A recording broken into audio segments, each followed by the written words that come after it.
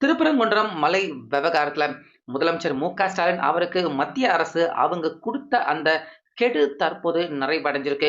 இதன் காரணமாக மத்திய அரசு அவங்களே இப்ப நேரடியாக திருப்பரங்குன்றம் மலை விவகாரத்துல தீபம் ஏத்தக்கூடிய அந்த விஷயத்துல நேரடியாக மத்திய அரசு அவங்களே இப்ப அடுத்த கட்டமாக களம் இறங்க இருக்காங்க. இதன் காரணமா தமிழகத்துக்கு முக்கியமா மதுரைக்கு துணை ராணுவ படை அவங்க வந்திருக்காங்க. அது மட்டும் இல்லாம தீபம் ஏத்தக்கூடிய அந்த நாள், அதாவது திருப்பரங்குன்றம் மலை மேல தீபம் ஏத்தக்கூடிய அந்த நாள் அது எப்ப அப்படிங்கிறதும் இப்ப ஏறக்குறைய உறுதி செய்யப்பட்ட ஒரு விஷயமாக மாறியிருக்கு. அதாவது திருப்பரங்குன்றம் மலையில எப்ப தீபம் ஏத்த போறாங்க அப்படிங்கிற அந்த நாளும் தற்போது குறிக்கப்பட்டிருக்கு.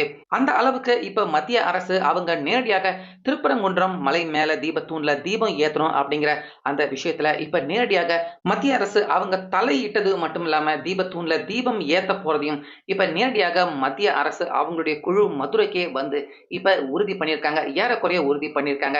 சோ அப்படி மத்திய அரசு நம்ம முதலமைச்சர் மு.க. ஸ்டாலின் அவருக்கு முக்கியமா அவங்க என்னதான் கெடு குடுத்தாங்க. இப்ப மதுரைக்கு வந்திருக்க அந்த மத்திய அரசின் அவங்களுடைய குழுக்கள் அவங்க குழு தான் யார் யாரு? அடுத்த கட்டமாக உண்மையாகவே தீபத்தூண்ல எப்பதான் தீபம் ஏத்த போறாங்க? அத பத்தின தகவல் எல்லாமே இப்ப என்னென்ன வெளியாகிருக்கு?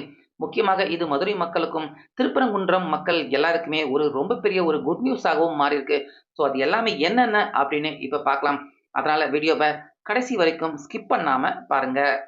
அதாவது ஆரம்பத்துல இருந்து இப்ப வரைக்கும் திருப்பரங்குன்றம் மலை மேல தீபத்தூண்ல தீபம் ஏத்த அனுமதிச்சிருந்தா ஒரு மணி நேர வேலை தான். திருப்பரங்குன்றம் மலை மேல பக்தர்கள் எல்லாருமே தீபம் ஏத்துட்டு அதை கண்குளிர பார்த்துட்டு எல்லாருமே மகிழ்ச்சியுடன் போயிருப்பாங்க. ஆனா அங்க தீபத்தூண்ல தீபம் ஏத்தினா தர்காவுல இருந்து பாக்குறப்ப தீபத்தூண்ல தீபம் எரியறது தர்காவுல இருக்கிறவங்களுக்கு தெரியும்.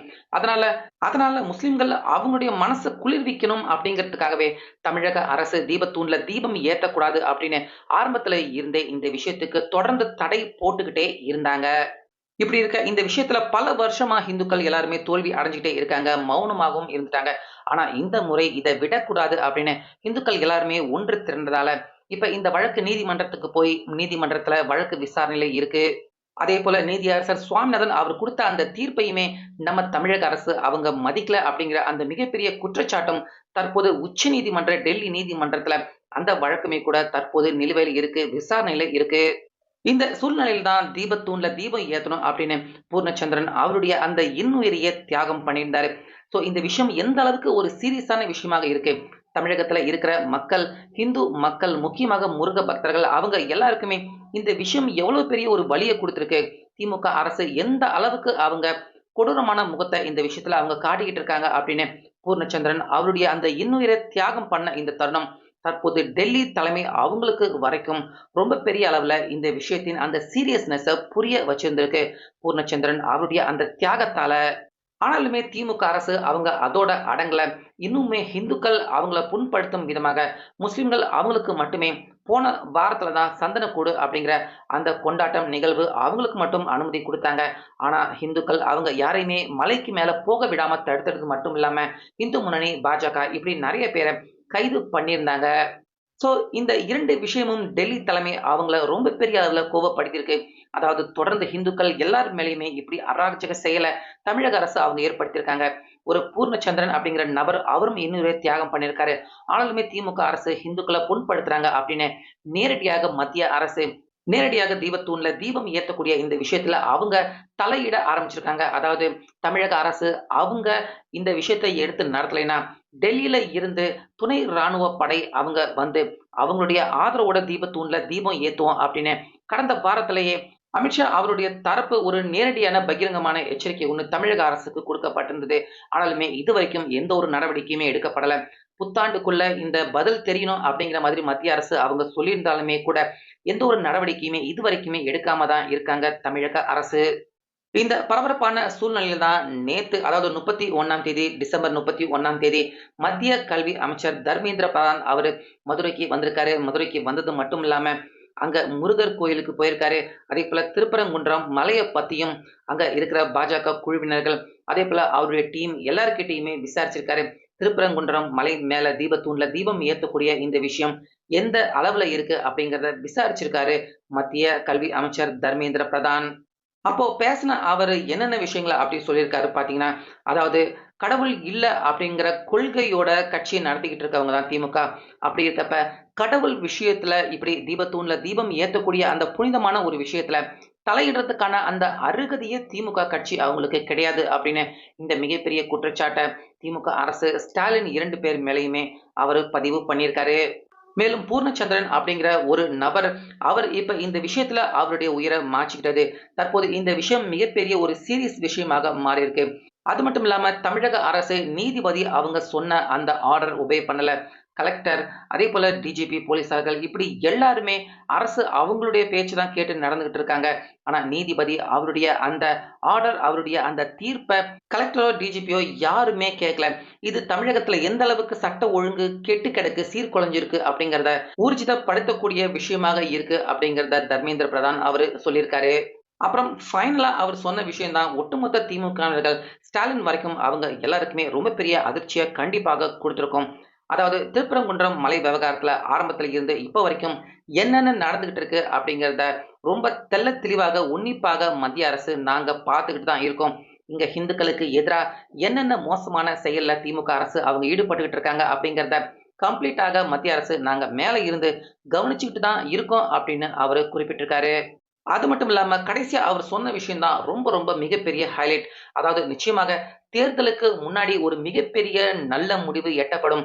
கண்டிப்பாக முருக பக்தர்கள், அதே போல இந்துக்கள் அவங்க எல்லாருமே ஆசைப்படுற அந்த விஷயம் நிச்சயமாக தேர்தலுக்கு முன்னாடியே நடத்தப்படும். குறிப்பா தேவைப்பட்டா துணை ராணுவ படையை கூட இங்க மதுரையில இறக்கிவிட்டு நீங்க எல்லாருமே எதிர்பார்க்கிற அந்த விஷயம், அதாவது திருப்பரங்குன்றம் மலை மேல தீபம் தூண் ஏத்துறதுக்கு தேவைப்பட்டா துணை ராணுவம் அவங்கள கூட இறக்கும் அப்படிங்கிற மாதிரி தர்மேந்திர பிரதான் மதுரை மீனாட்சி அம்மன் கோவில்ல வச்சு இந்த பேட்டியை அவர் கொடுத்தப்ப இந்த பரபரப்பு பேட்டியும் அவர் கொடுத்திருக்காரு. அதாவது கண்டிப்பாக எலெக்ஷனுக்கு முன்னாடி திருப்பரங்குன்றம் மலை மேல தீபத்தூண்ல தீபம் ஏத்தப்படும், அதற்கான நடவடிக்கையை கண்டிப்பா நாங்க எடுப்போம் அப்படிங்கிற மாதிரி தர்மேந்திர பிரதான் சொல்லியிருக்காரு. சோ, அவர் குடுத்திருக்க இந்த பேட்டி தான் தற்போது ஒட்டுமொத்தமா மிகப்பெரிய ஒரு ஹைலைட்டான முக்கியமான விஷயமாக திருப்பரங்குன்றம் மலை விவகாரத்துல மாறியிருக்கு. ஏன்னா, திமுக அவங்கள பொறுத்தவரைக்கும் எலக்ஷன் வரைக்கும் எப்படியாவது முஸ்லிம்கள் அவங்கள நம்ம பக்கமே தக்க வச்சுக்கணும். இந்துக்கள் அவங்க எல்லாருமே கலந்து கலந்து மாத்தி மாத்தி தான் ஓட்டு போடுவாங்க. முஸ்லிம்கள் ஓட்டு முழுசா நமக்கு கிடைச்சதுன்னா, கண்டிப்பாக அது நமக்கு பெரும்பான்மையை நிரூபிக்கும் எலக்ஷன் ரிசல்ட்ல அப்படின்னு திமுக அவங்க இந்த கணக்க போட்டாங்க. ஆனா இப்ப பாஜகவினர்கள் முக்கியமாக தர்மேந்திர பிரதான் அவர் வந்து தீபத்தூண்ல தீபம் ஏத்திட்டாருன்னா, ஒருவேளை எலெக்ஷனுக்கு முன்னாடி இந்த விஷயம் நடந்துச்சு அப்படின்னா, தமிழக மக்கள் எல்லார்கிட்டயுமே கண்டிப்பாக முருக பக்தர்கள், இந்துக்கள் எல்லார்கிட்டயுமே பாஜக அவங்க திருப்பரங்குன்றம் மலை விவகாரத்துல எப்படி இந்துக்களுக்கு ஆதரவாக அவங்க செயல்பட்டிருக்காங்க. உண்மையாகவே திமுக அவங்கள விட பாஜக இந்துக்களை காக்கக்கூடிய ஒரு கட்சி அப்படிங்கிறது நிச்சயமாக தமிழகத்துல இருக்கிற ஒவ்வொரு ஹிந்து மனசுலயுமே நிச்சயமாக மிகப்பெரிய அளவுல பதியறதுக்கான வாய்ப்பாக இந்த வாய்ப்பு கண்டிப்பாக அமையும். அதனால இப்ப பாஜக அவங்க அந்த பிளான்ல தான் திட்டத்துல தான் இருக்காங்க. நிச்சயமாக எலக்ஷனுக்கு முன்னாடி திருப்பரங்குன்றம் மலை மேல தீபத்தூண்ல தீபம் ஏத்த வச்சாங்கன்னா, அதே நேரத்துல கண்டிப்பாக தமிழக அரசு அவங்க தடுப்பாங்க. அதையும் தாண்டி மத்திய அரசு அவங்க துணை ராணுவ படையோட தீபத்தூண்ல தீபம் ஏத்துனாங்கன்னா, அந்த பக்கம் திமுக அவங்களுக்கு தேவையான அந்த முஸ்லிம் ஆதரவ அவங்க வாங்கிடுவாங்க. ஏன்னா கடைசி வரைக்கும் நாங்க போராடினோம். எங்களால முடியல அப்படின்னு முஸ்லிம் ஆதரவு கம்ப்ளீட்டாக திமுக அவங்க பக்கம் போகும். ஆனா அதே மாதிரி இந்த பக்கம் தமிழக மக்கள் முக்கியமா ஹிந்துஸ் எல்லாருமே திருப்பரங்குன்றம் மலை மேல தீபம் ஏத்துறப்ப நிச்சயமாக எல்லாருமே பாஜக அவங்களுக்கு சப்போர்ட் பண்றதுக்கான வாய்ப்பு அதிகமாக ஏற்படும். சோ இந்த விஷயத்த தான் இப்ப தர்மேந்திர பிரதான் பாத்தீங்கன்னா அவர் சூசகமாக சொல்லியிருக்காரு. இங்க தமிழக அரசு அவங்க ஒத்துக்காத பட்சத்துல துணை ராணுவ படையோட கண்டிப்பாக எலெக்ஷனுக்கு முன்னாடி தீபத்தூண்ல தீபம் ஏத்துவோம் அப்படிங்கிற மாதிரி தர்மேந்திர பிரதான் சொல்லியிருக்காரு. இது கண்டிப்பாக பாஜக அவங்க எலெக்ஷனுக்கு முன்னாடி செஞ்சு அவங்களுடைய அந்த ஹிந்துஸ் ஆதரவை கண்டிப்பாக எலெக்ஷனுக்கு முன்னாடி பிடிக்கிறதுக்கான வாய்ப்பு நிச்சயமாக இது செய்வாங்க அப்படின்னு அரசியல் விமர்சகர்கள் சொல்றாங்க. இதனால கண்டிப்பாக திமுக அவங்க ஹிந்துஸ் அவங்க எல்லார்கிட்டயுமே மிகப்பெரிய அளவுல வாக்கு வங்கியை இழக்க வாய்ப்புகள் இருக்கு. அதனால கண்டிப்பாக எலெக்ஷனுக்கு முன்னாடியே திருப்பரங்குன்றம் மலை மேல தீபத்தூண்ல தீபம் ஏத்துறதுக்கான வாய்ப்பு தற்போது தர்மேந்திர பிரதான் அவர் கொடுத்திருக்க அந்த பேட்டியால உருவாகி இருக்கு. சோ இத பத்தி உங்களுடைய கருத்து என்ன அப்படிங்கறத கமெண்ட்ல சொல்லிடுங்க.